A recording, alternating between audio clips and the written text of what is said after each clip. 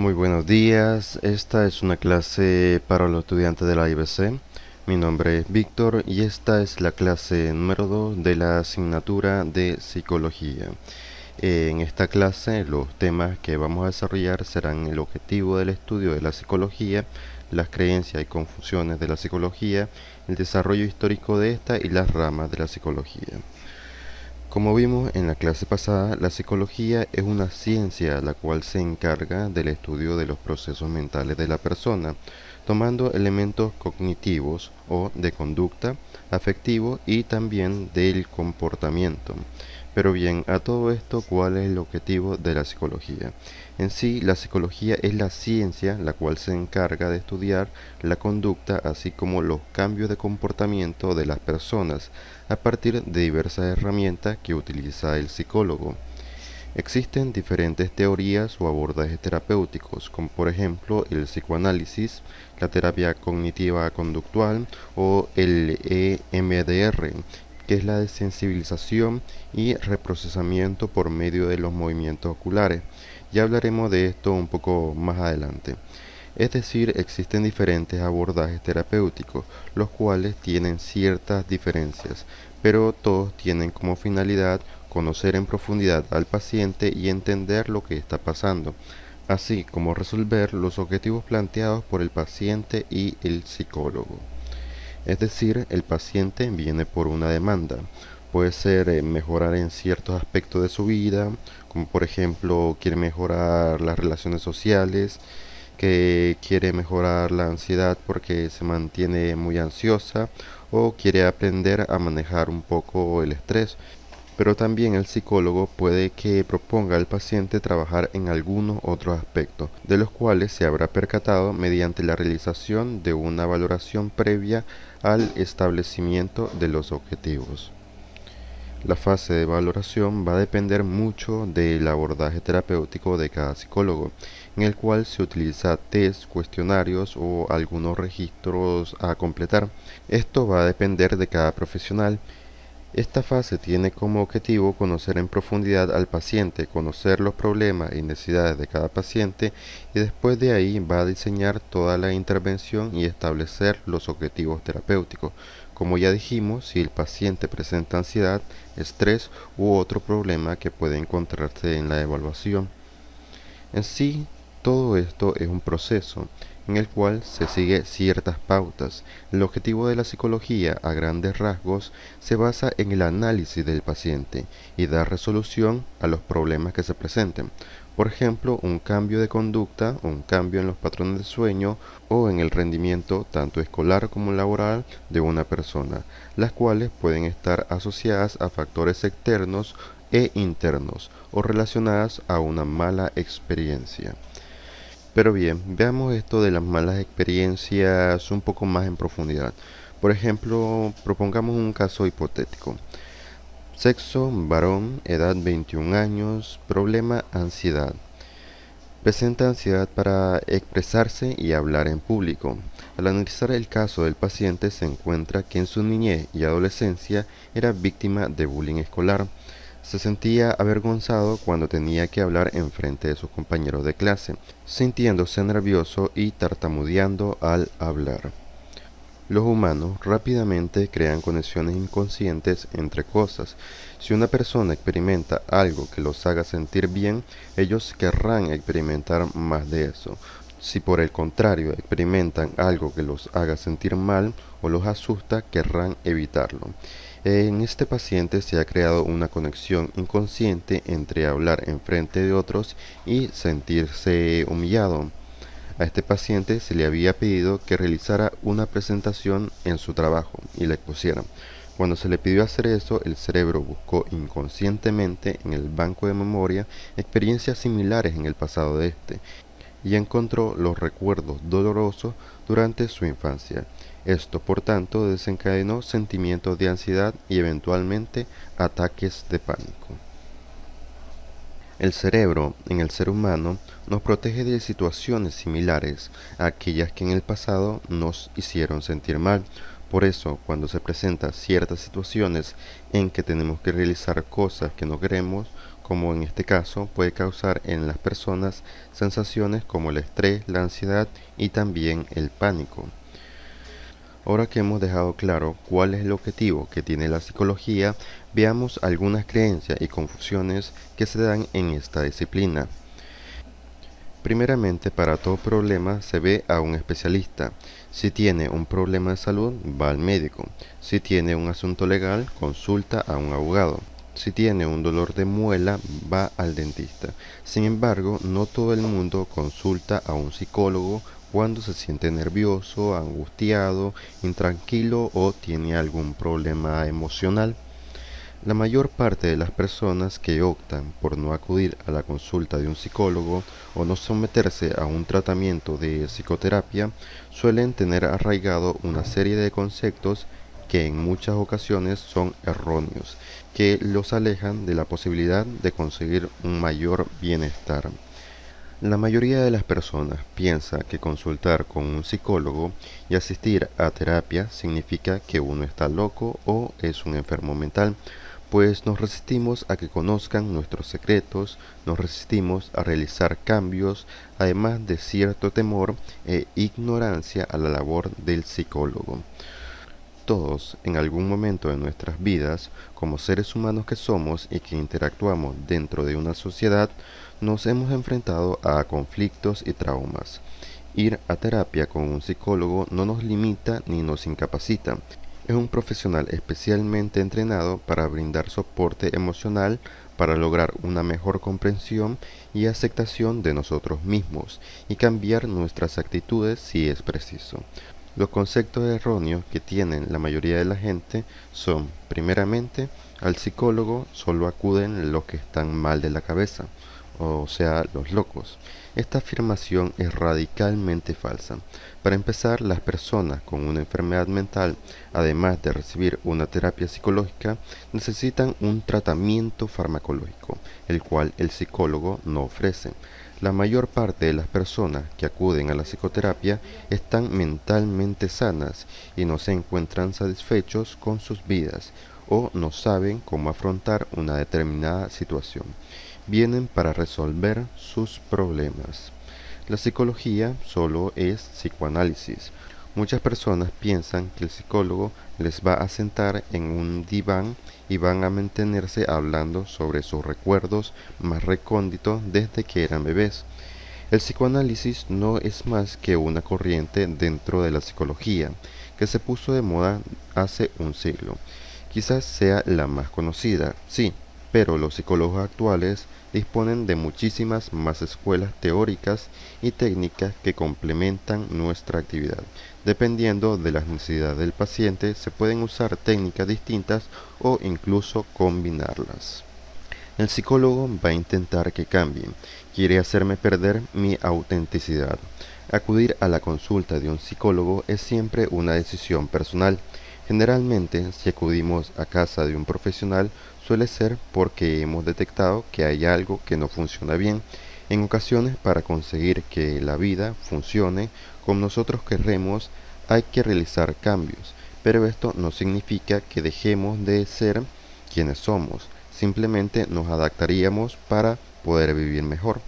Un psicólogo no va a trabajar para quitarle la esencia, sino para que pueda disfrutar de ella plenamente. Otro de estos conceptos erróneos es que en la psicoterapia no se hace más que hablar. Para eso mucha gente se desahoga con sus amigos o familiares. Pues bien, el psicólogo es un profesional con una carrera universitaria que avala su preparación al margen de las formaciones continuas. Se trata de una persona que con neutralidad y exenta de juicio de valor puede ayudarnos a encontrar un cambio y a trabajar en él para que el paciente mismo sea el artífice de su propia recuperación. Un amigo o un familiar puede contar con una buena intención, pero carece de las herramientas adecuadas y de la neutralidad necesaria para poder poner el problema sobre la mesa de una manera objetiva, lo que hace que sea difícilmente manejable. Y algunos piensan, ¿quién va a conocerme mejor que yo mismo? Pues la respuesta es que probablemente nadie. Por eso precisamente es importante llegar a conocerse bien, analizar por qué hacemos lo que hacemos, por qué sentimos lo que sentimos y cómo podemos llegar a manejar estas situaciones para que no se conviertan en un problema. Durante el tratamiento con la psicoterapia se trata de llegar a la base de estos aspectos y, no sin esfuerzo, trabajarlos para que se conviertan en patrones de adaptación que nos permitan un mayor desarrollo personal. Algunas personas opinan también que la psicoterapia es lenta y que por tanto no vale la pena, necesitar resultados que sean rápidos. Pues bien, esto es relativo, depende de muchos factores. En primer lugar, de la magnitud de la situación a la que nos enfrentamos y también de su profundidad. En segundo lugar, de la implicación del propio paciente con su propia terapia y del trabajo particular que se realice para poder completarla. En tercer lugar, de la conexión que se establece con su terapeuta. Como en todas las disciplinas, hay grupos de trabajo que encajan mejor y otros que lamentablemente no tienen tanta afinidad. En cuanto a la inmediatez de los resultados, difícilmente cualquier situación que se haya desarrollado durante meses o incluso años se corregirá de la noche a la mañana, por lo que hay que ser consciente de que se trata de una carrera de fondo. Algunas personas también creen que el terapeuta va a tratar que el paciente haga que ellos dependan de él. Puede ocurrir que en el transcurso de la terapia el paciente desarrolle una cierta dependencia en su terapeuta. Esto evidencia que esta persona necesita de esa dependencia para poder trabajar sobre un problema consciente o inconsciente y resolverlo. Sin embargo, en la terapia no se trata de fomentar la dependencia, sino de trabajar la autonomía y ayudar a la persona a asumir la plena responsabilidad de su vida. Incluso cuando un paciente puede estar experimentando una sensación de dependencia al terapeuta, el objetivo es el de conseguir su independencia. También hay personas que opinan que los psicólogos son timadores, pero un psicólogo nunca ofrecerá recetas mágicas a su paciente. Es un profesional cualificado y sigue los dictados de un código ético que le prohíbe realizar prácticas poco ortodoxas. Sigue un método científico con resultados probados y contrastados. Para que una terapia funcione, no basta con que el psicólogo realice trucos más o menos efectivistas. Es necesario un alto nivel de implicación del paciente y mucho valor para afrontar situaciones que pudieran resultar molestas o desagradables. Hay mucho trabajo a realizar entre las dos partes, tanto el paciente como el psicólogo. También hay personas que opinan que la psicología es cara. Como en todos los aspectos de la vida, es necesario establecer un orden de prioridades. Así como pocas personas se cuestionan los honorarios de una determinada profesión de la salud, como el médico o el dentista, los honorarios de un psicólogo siempre se ven como algo accesorio. La cuestión es clara. ¿Prefieres pasar una gripe con o sin una aspirina? Hay personas con una alta tolerancia al malestar y desde luego pueden pasar largas temporadas de malestar sin tratar de ponerse un remedio, pero ¿merece la pena? El rango de precio de los terapeutas puede ser variable y ajustable en función de las situaciones del paciente. No hay que dudar en consultar, puesto que el coste a largo plazo puede ser mucho mayor que la inversión actual. También hay personas que piensan que remover los recuerdos no es nada positivo. Puede ser confuso y desagradable, pero afrontar situaciones del pasado puede llegar a desenredar un nudo que en el momento presente nos está asfixiando. Quizás ni siquiera resulte necesario hacerlo, puesto que se puede trabajar sobre las situaciones presentes, pero en muchas ocasiones resulta una herramienta de altísimo valor para poder llegar a comprendernos en nuestra totalidad y conocer cómo funciona y qué mecanismos despliega nuestra lógica particular. Por supuesto, además de estos que acabamos de mencionar, existen muchas creencias y conceptos que son erróneos o pueden surgir dudas en el mecanismo o el funcionamiento de un proceso de este estilo.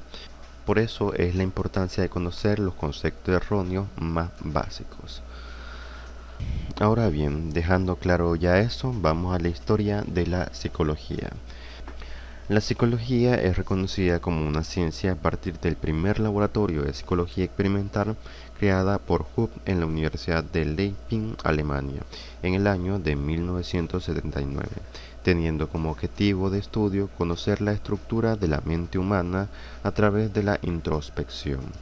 Posteriormente se continuaron los estudios relacionados con la mente, por lo que surgieron grandes escuelas como lo son el psicoanálisis, la Gestalt, el funcionalismo, del cual deriva el conductismo y por último la teoría humanista. Vamos a ver cada una de estas. Primeramente el psicoanálisis. Tiene como mayor exponente a Sigmund Freud, el cual identificó los tres niveles de vida mental. El primero es el inconsciente. Está constituido por los impulsos e instintos que van más allá de nuestra conciencia. El segundo nivel es el preconsciente, que es considerado como un elemento no consciente, pero que puede llegar a ser consciente. Y el último nivel es el consciente, considerado como el sistema perceptivo con el cual se está en contacto con el mundo exterior. De igual manera, Sigmund Freud maneja los estratos de la mente, de los cuales se derivan tres, los cuales son el ello, el yo y el superyo. El ello, el cual no tiene contacto con la realidad, ya que satisface deseos primarios, debido a que se encuentra bajo el principio de placer, y no es capaz de distinguir lo bueno de lo malo. El segundo es el yo, se encuentra en contacto con la realidad, por lo que intenta sustituir al principio de placer. Es el encargado de tomar decisiones, ya que es considerado la fuente de comunicación con el exterior. Es el mediador entre el ello y el superyo. Por último se encuentra el superyo, que está conformado por aspectos morales e ideales. No se encuentra en contacto con la realidad, ya que su existencia de perfección son irreales. El siguiente movimiento que tenemos es la Gestalt. En 1912 en la Alemania surge la Gestalt, teniendo como base el psicoanálisis y la fenomenología. Entre sus mayores exponentes tenemos a Wertheimer y Kohler, para los cuales era más importante la percepción del ser humano, ya que según su teoría el todo es igual a la suma de sus partes, basándose en el aquí y en el ahora como forma de trabajo, con lo que consiguen generar instinct, que es cuando el sujeto ve el modo de resolver el problema. Para la Gestalt, todos problemas psicológicos son generados por la fórmula en la que se percibe la realidad, ya que la percepción de cada individuo está influenciada por las experiencias, conocimientos previos o intereses, y estos condicionan en parte el comportamiento. O sea, dependiendo de qué punto de vista vea las cosas, la percepción de la realidad puede ser diferente. La Gestalt interpreta al ser humano en 5 dimensiones, las cuales son la sensorial, la afectiva, la intelectual, la social y la espiritual. Después, la siguiente corriente de estudio que tenemos es el funcionalismo. Surge a finales del siglo XIX y a principios del siglo XX. Se considera el primer movimiento psicológico americano. Sus principales autores fueron William James y John Dewey. El funcionalismo maneja la importancia de identificar nuestros aspectos en el estudio de la mente, ya que se basa cómo y por qué funciona. Ve al hombre como un sujeto activo comprometido con su entorno. El método de estudio utilizado en el funcionalismo fue la introspección. El continuar con los estudios de la conducta del funcionalismo se derivó en el conductismo, el cual se basa en la interpretación de la conducta sin dar explicación a la causa que lo origina. Insiste en que el comportamiento humano debía estudiarse científicamente, por lo que realizaron estudios con animales, niños y finalmente con adultos. Después de esto tenemos el conductismo. Los pioneros del conductismo son Tolkien y John Watson, ya que Tolkien identificó las leyes del efecto en el cual el aprendizaje es debido a las respuestas observadas, ya que al observar una respuesta satisfactoria, ésta queda grabada. Sin embargo, si se obtiene una respuesta desagradable, ésta se inhibe. Al continuar con los estudios de la conducta, Watson realizó estudios en el laboratorio con animales, ya que la introspección le parece irrelevante para interpretar la conducta, basándose en los estímulos y las respuestas, ya que las personas actúan del modo como lo hacen por medio de un procedimiento que se conoce como acondicionamiento. Después está el conductivismo radical. Aquí está Frederick Skinner. Considera que hay dos tipos de acondicionamiento: el clásico, que es obtener una respuesta igual o similar ante un estímulo específico, y el operante, que es una repetición de una conducta debido a un esfuerzo inmediato. Menciona que el ambiente determina la conducta debido a premios o castigos. En 1953, Skinner identificó esfuerzos generalizados entre los cuales se encuentra la atención, la aprobación, el efecto, la sumisión de los demás y también el dinero. Por último, surge lo que se conoce como el humanismo.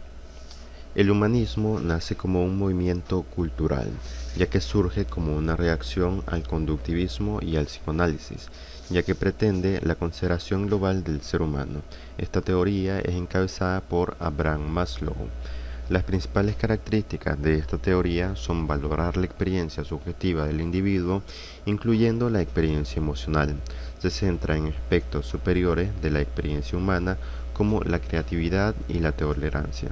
Pone énfasis en el presente, resalta que cada individuo es responsable de los actos de su vida, siendo de vital importancia, ya que desde su perspectiva todos tenemos una misión, y supone que el contacto con las condiciones apropiadas del individuo se desarrolle de manera estable. Importante resaltar que trabaja con la parte sana del individuo. Y bueno, aquí terminaríamos con la clase del día de hoy. De aquí, sin nada más que decir, me despido y que pasen un buen día. Nos veremos hasta la próxima clase.